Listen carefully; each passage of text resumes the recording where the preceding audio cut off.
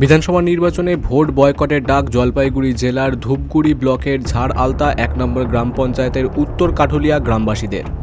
দীর্ঘ কয়েক বছর ধরে বেহাল রাস্তা সারাইয়ের দাবিতে একাধিকবার আন্দোলনে সামিল হয়েছিলেন গ্রামবাসীরা।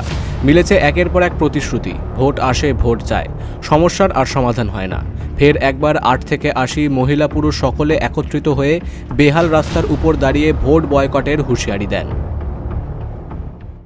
কি শেষ সমাধান? হ্যাঁ, শেষ।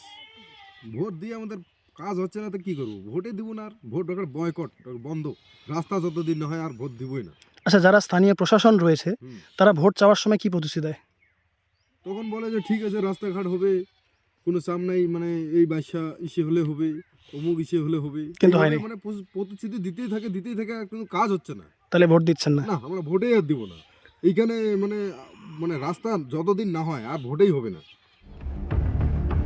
গ্রামবাসীদের এই ভোগান্তিতে শাসক দলকে আক্রমণ করেছে স্থানীয় বিজেপি নেতৃত্ব। তাদের দাবি, খবরটা হয়েছিল বর্ষার আগে, ওই খবরটা কিন্তু বর্ষার আগে এদিকে কিন্তু কৃষিবহুল এলাকা, বর্ষার আগে কেউ সবজি নিয়ে যেতে পারে না, টুকটুকি ওখানে ফাইসা যায়। কি নাম পঞ্চায়েতের নাম কি? তারপরে সাইকেলে করে ঘাড়ে করে নিয়ে যেতে হয়।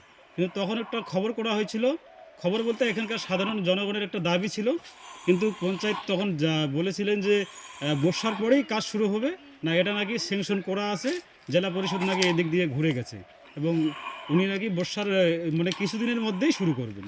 কিন্তু বর্ষা পার হয়ে কয়েক মাস হয়ে গেল, সামনে ভোট, এবার ভোট যখন ঘোষণা হবে তখন কিন্তু আর কাজ হবে না, তখন হয়তো সেটা অজুহাত হয়ে যাবে।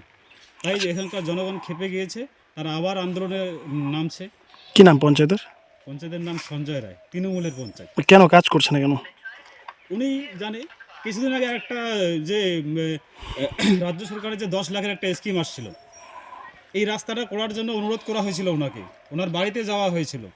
এবার উনি রাস্তার কাজ না করে কি করলেন, যে কয়েকটা সোলার বাতি দিয়ে, যেখানে যেটার প্রয়োজনই নেই, আমাদের গ্রামে সোলার লাইটের কোনো প্রয়োজন নেই, মেন প্রয়োজন হচ্ছে রাস্তাটা, কিন্তু রাস্তায় না করে উনি সোলার করলেন যাতে ওটাতে কিছু কাটমানি পাওয়া যায়। এদিকে গোটা ঘটনা নিয়ে কোনো রকম মন্তব্য করতে না চাইলেও হোয়াটসঅ্যাপ মারফত সংশ্লিষ্ট গ্রামের তৃণমূল পঞ্চায়েত সদস্য দাবি করেছেন রাস্তার কাজ দ্রুত সম্পন্ন হবে। Bureau report, big news Bangla.